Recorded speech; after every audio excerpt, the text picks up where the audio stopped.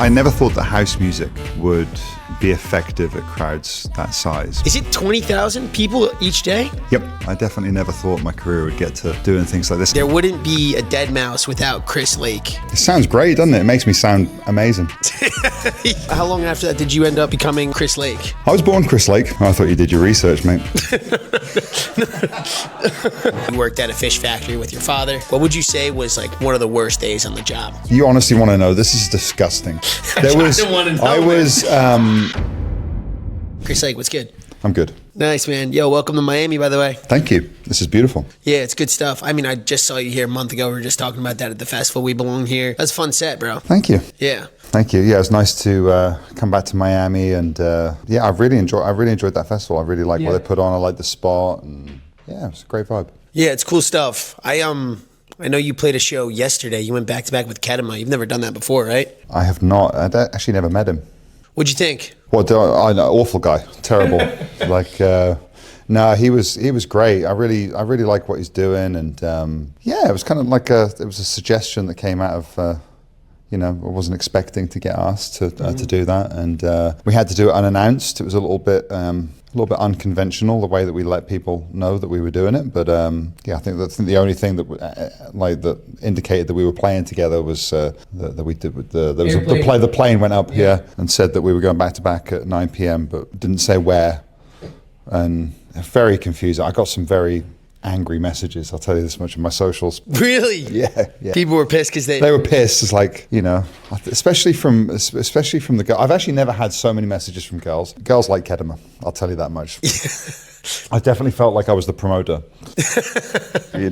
It's a good guy to go with, I guess, back to back. But anyway, but like musically, he's great, and I really enjoyed it. It was really fun. Yeah, I'd love to do it again. So you guys, did you even like plan out the set ahead of time, or was it just kind of go up there and riff? We spoke. I called him. I called him when a couple of months ago when it was first suggested, and had a chat with him and was like, okay, let's just try and figure out how this is going to go, because like if this is he plays pretty fast, and I don't know how I would be able to keep up with that, but he was like, no, I can kind of come more down to to your sort of tempos. But to be fair, we actually kind of like met in the middle. We were playing pretty fast, and it was fun, and I got to play a bunch of stuff I wouldn't normally play, and it was really enjoyable. Nice, that's what's up. I'd consider him like really the last like year and a half. He's really been like growing and exploding.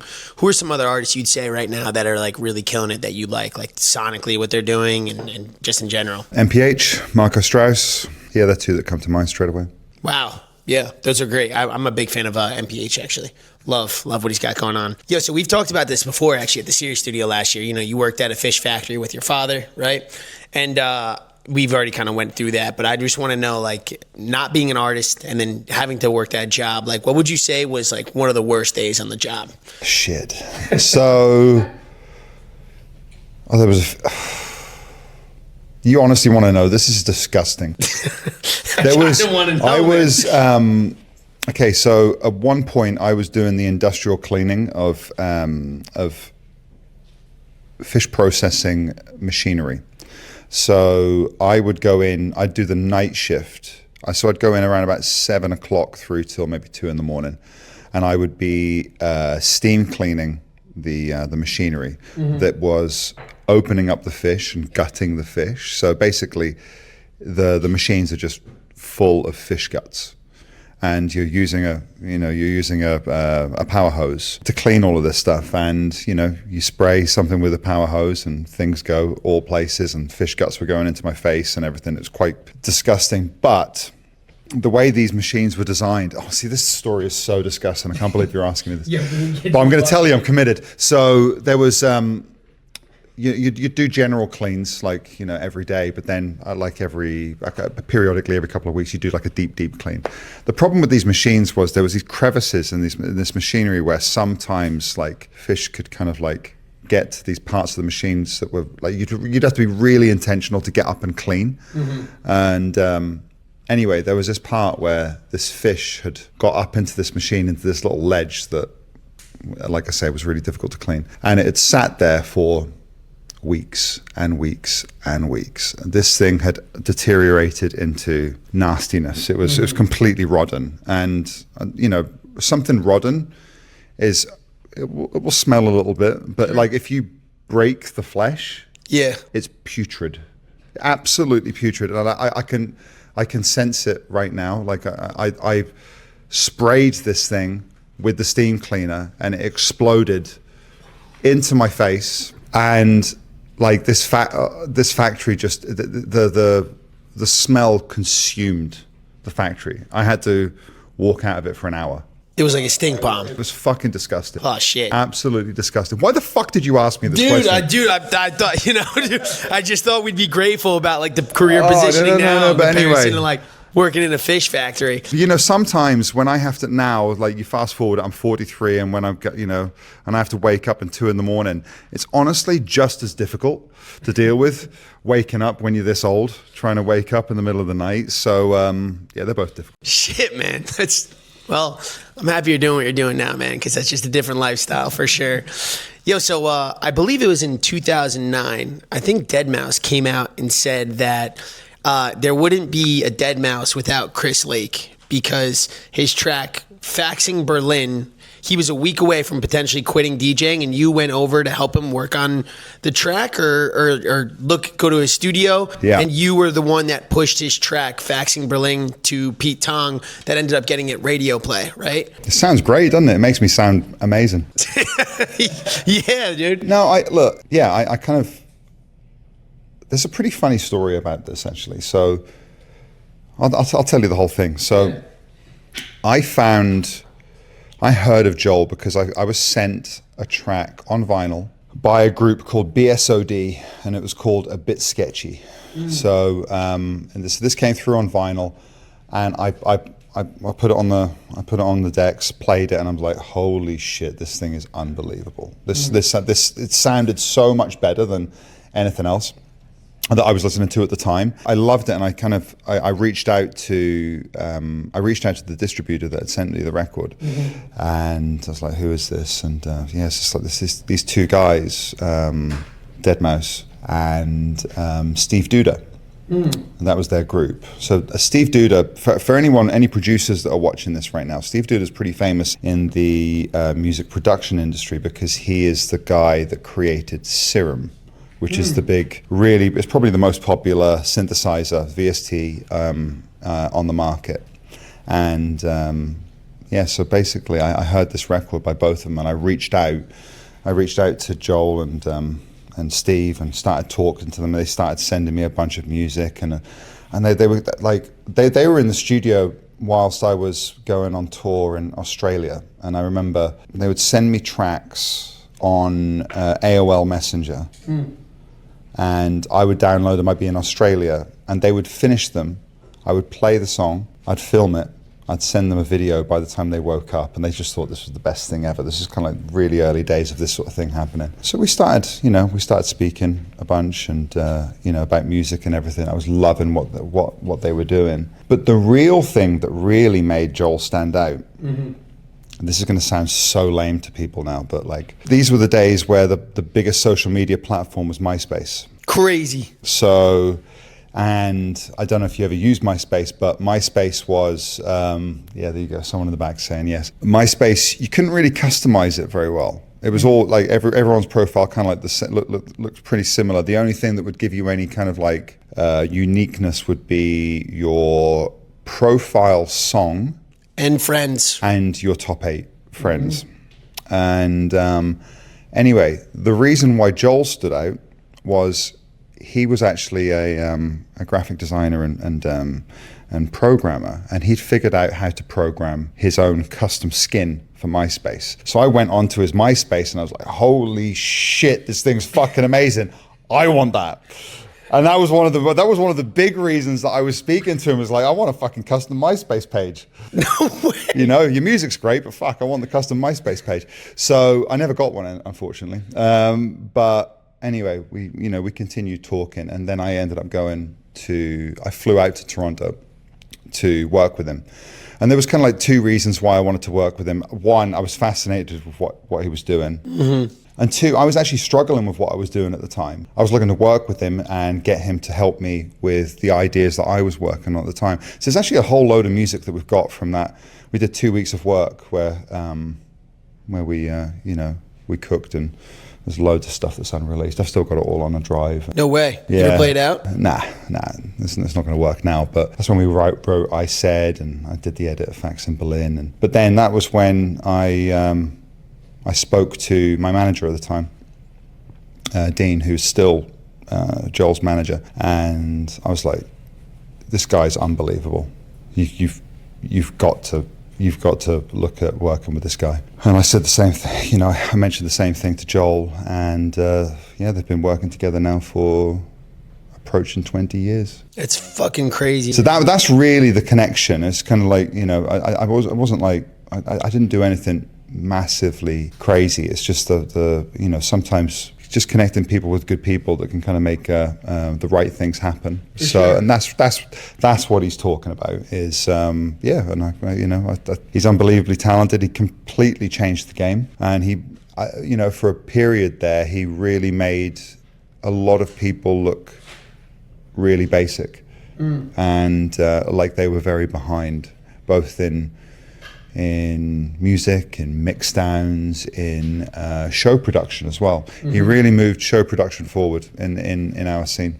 When did he start doing the Cube? Was that? Well, there was different versions of the Cube. So the last Cube, I don't know, 8 years ago. Yeah. Okay. Yeah. I mean, he was. Yeah, he did the Deadmau5 helmet. The original version of it's pretty funny compared to now, like how advanced it is. But wow, that's crazy, man! Shout out to MySpace and shout out to Joel. Yeah, but I'm definitely proud to have been involved in those early moments. No, absolutely. It's nice to look back. That's what's up, man. That's a really cool story. Who is now? If I'm saying this wrong, you can tell me this. Who is Christophe Dubuque? Oh, that's just some dumbass name I came up with to release music. Don't read into it too much. I was like, how can I make it sound foreign? Okay, I got you. I was really cultured back then. So really, there's two parts to this. At the time, I was involved in a record label called Cuba Recordings. I was like, okay, Christophe. So we'll make me sound French. So we'll just knock off the R off Christopher, my real name, and let's reverse Cuba and then put a fancy sounding foreign D and an apostrophe on there. That's where the name came from. You want honesty, right? Yeah, I do. Yeah. That's what happened. Wow, holy shit! It's lame as fuck, isn't it? When did you? So was that the original artist alias that you had? No, that's one of them. One of them? Oh, so you've had a few. I've had a few. Okay, yeah, that makes sense. That makes sense. Yeah, but I did that as a bootleg. That was like a bootleg name. So I was doing. I released a vinyl with a bootleg remix of The Prodigy, Climatize, and Eurythmics, Sweet Dreams. No one's ever remixed that one. No. Shit, man, that's crazy. That is crazy. How long after that did you end up becoming Chris Lake? I was born Chris Lake. Well, like what your artist project? What I meant. I thought you did your research, mate. Fuck, man.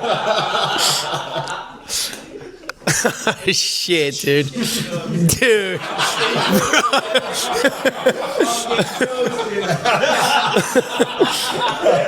I was bound.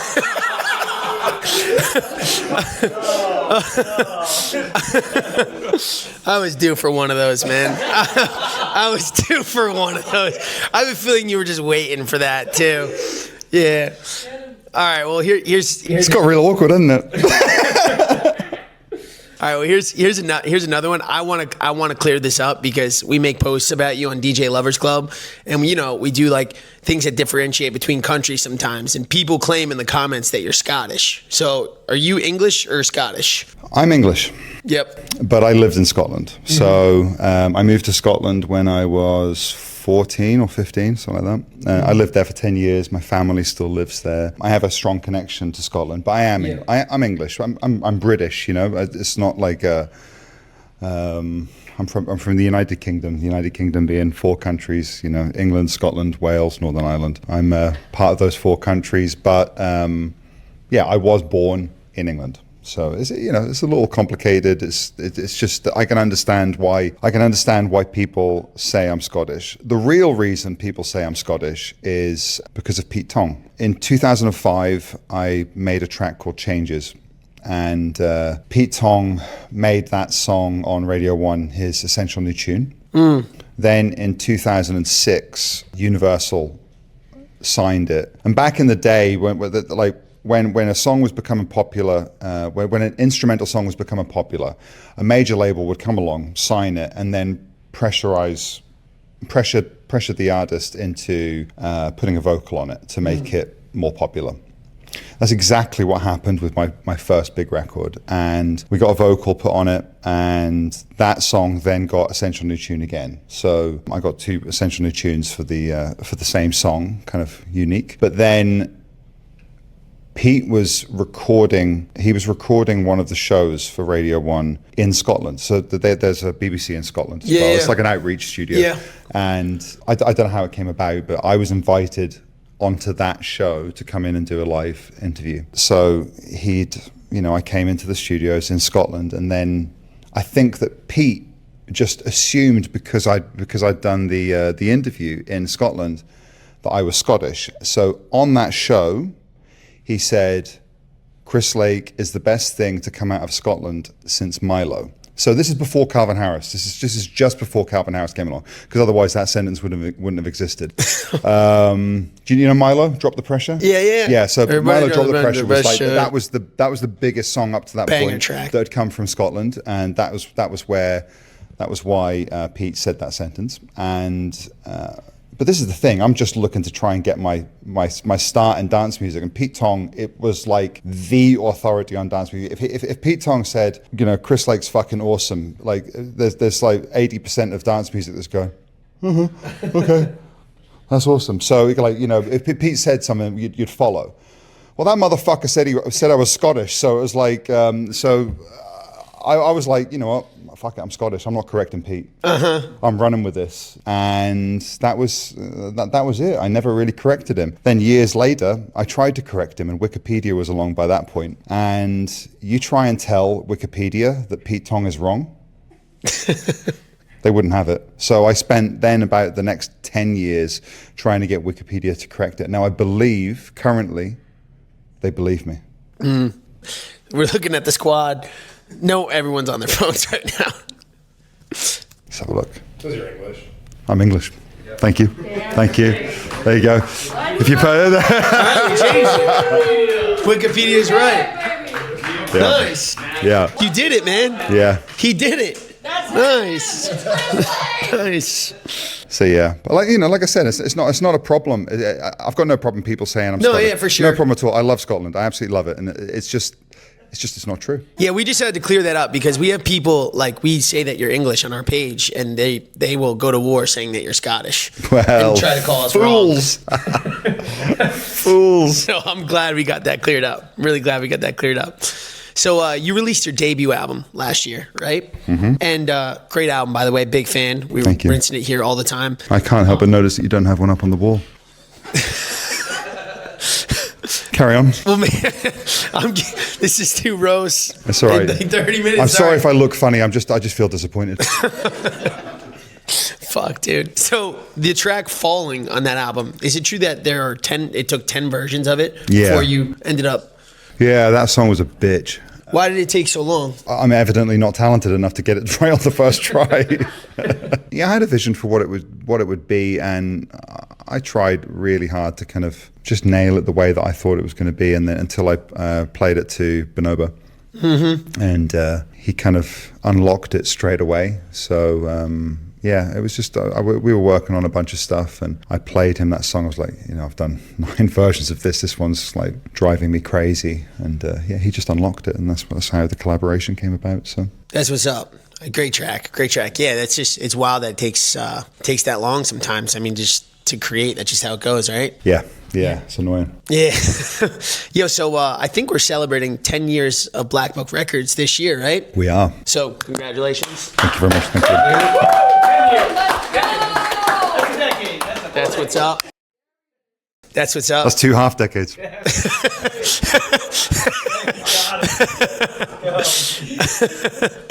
So who are some of your favorite artists that you've also had work on the label with you under Blackbook? Fuck, there's loads of them. I mean, like, I'm not, you know, this is not like, it sounds like a bit of a line, but like, you know, we only sign stuff that we love. It's like everyone that we've kind of signed and we work with, we're just, you know, we're fans of. It's just, the whole thing's a passion project. Yeah. It's not like having a record label isn't a very good business. If you want to make a record label a good business, you're probably treating artists badly. Mm-hmm. And, you know, and you're probably not probably not in it for the best reasons nowadays anyway. So we just love doing fun shit, you know, releasing records that inspire us and you know, artists that we think have got something. I don't care about how popular they are. Mm-hmm. It's nice when you release the songs from artists that are popular and pop in and have got, like, and have a big audience, but it doesn't matter to us if they've never released anything before and it's a brand new name, but we love the record. Yeah, we'll release it. So absolutely. And then I'll just take a massive loss in my pocket. So, you know, it's fine. It's fine. I don't mind. No, but anyway, you know, to answer your question, I can't. There's loads of